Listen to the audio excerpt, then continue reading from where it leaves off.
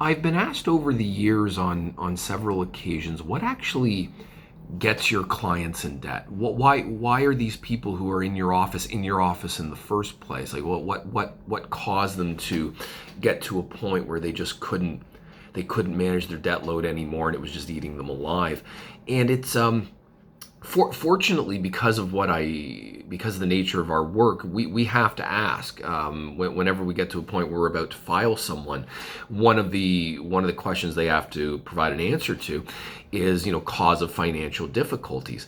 And this isn't it's usually not an extended answer. We tend to keep things fairly brief, but we do have to provide an explanation. And as a result, I've got over 2,000 reasons why someone can be in debt. So this will be a multi-parter. It won't be, there aren't 2,000 reasons. There's a lot of repeats, but you do see some recurring themes. But my hope is by doing this, not only will get a little insight into why people are in debt, but maybe it'll help you and others avoid seeing someone like me.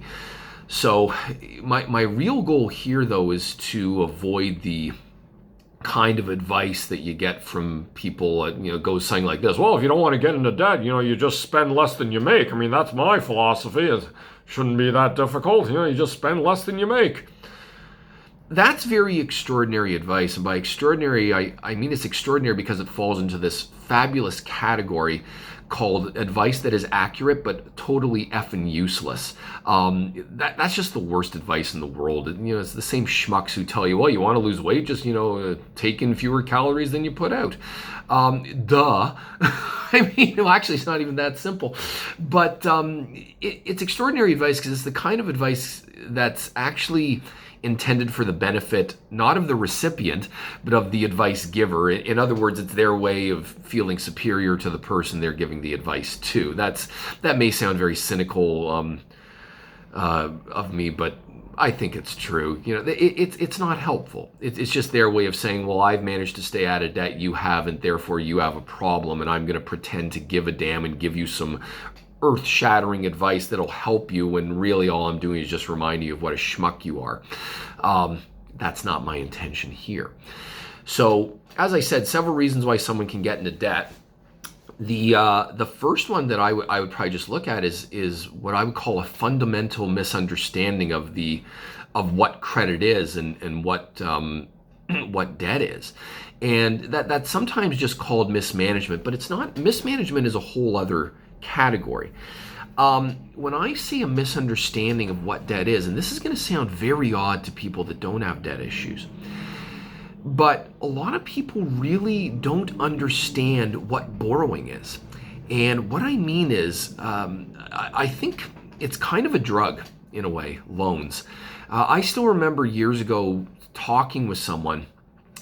I was at a Starbucks, I think. This is back in the day when I made house calls and I would meet people, anywhere other than if they couldn't get to my office.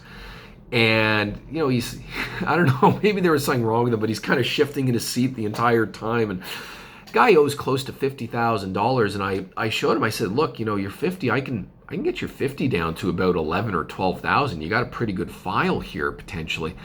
And no, look, I just need a loan. I just need a loan. I said, you owe about $48,000 on credit cards and so forth and lines of credit.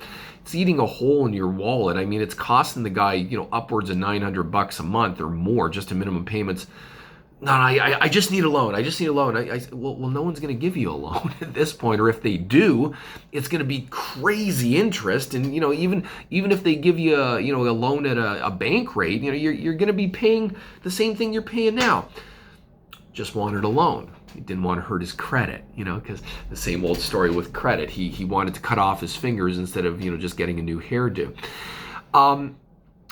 Something I see a lot as well when people come to my office is, especially with the payday loans, they'll say to me, Zach, I started out with one loan and it was for $5,000. Next thing I know, I have 4 loans, and the loan for $5,000 I've refinanced up to $15,000. What's going on there?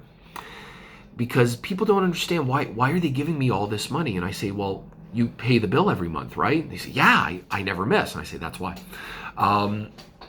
They love you. They know that A, you'll take the loan, but B, you'll pay the loan and you'll do anything you can to pay that loan. Now, it's not such a bad thing to pay a loan. You should pay your loans. But they see this person as a mark. So what am I getting at? Credit's addictive and credit is tempting. Especially when that loan first hits your bank account, when you get $10,000 into a bank account that hasn't seen more than 14 cents for over a year or two, it's exhilarating. Like, I have $10,000. It's amazing. People are just, exhilarated. Of course, you have to pay that back. The reality doesn't set in immediately because it can take a bit of time for that $10,000 to dwindle unless you're just, it goes out as fast as it comes in. But it sounds weird to people who, don't experience that. But for those who are always short of money, always looking for a little more oxygen, to have all this money show up all of a sudden is exhilarating. Naturally, word gets out, and there are lists out there of people who've borrowed. All of a sudden, the credit card offers come in, and you run up the credit card. Now someone claims, hey, if you take our credit card, you can transfer the balance and have 6 months of interest free. It's these guys know what they're doing. When I sit down with someone and I'm making a list of the debts they have, and they say, well, I have an MBNA MasterCard, I look at them and I say, how many? Because most people who have an MBNA have at least two. Why? Because they always have the interest-free period. You just keep going back and forth, trading it on the card. So what's going on here? Well, you're being pursued, okay? Lenders don't make money by holding on to their money. They make money by lending it out. They need people to lend money to. And if they see there's someone out there who's ready and willing to not only take the loan, but pay the loan back over time, maybe just make minimum interest till infinity, that's who they want. The guy who uses the card for convenience and then at the end of the month pays the bill in full, well, they still make some money off that guy, but they really are only making the transaction fee unless there's a monthly or annual fee on the card. But the only way they make money on that guy, again, is usually on the transactions. That's not their ideal customer. It's good to have those customers. Those are the ones who, keep things nice and steady. But the customer they want is the guy who carries a balance and keeps paying no matter what and will seek more credit to pay off the first credit that he got. So obviously this is something to be avoided. How do you avoid this? Well, we're back to the original useless advice, which is, manage your money better and don't get into debt. But what I would say is on a more esoteric level, I don't know if that's the right word, conceptual level, you need to understand what's going on. These people aren't coming to your rescue. It seems like they are.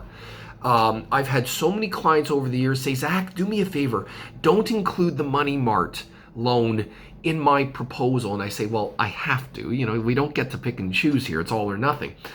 And I look at them like, why? Well, I know now, but in the early stage, I said, why? Why can't I put Money Mart there? Well, they helped me, Zach. No, they didn't.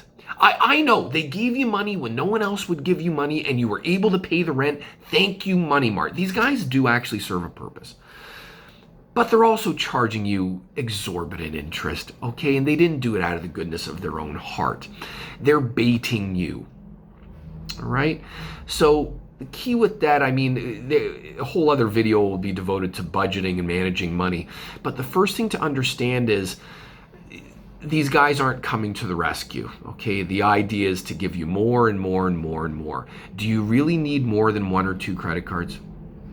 To keep a good score, you don't. 2 revolving pieces of credit, maybe 1 installment loan, that's normally a car loan. It's pretty normal, and that's something that just helps you manage, grease the wheels, keep things moving.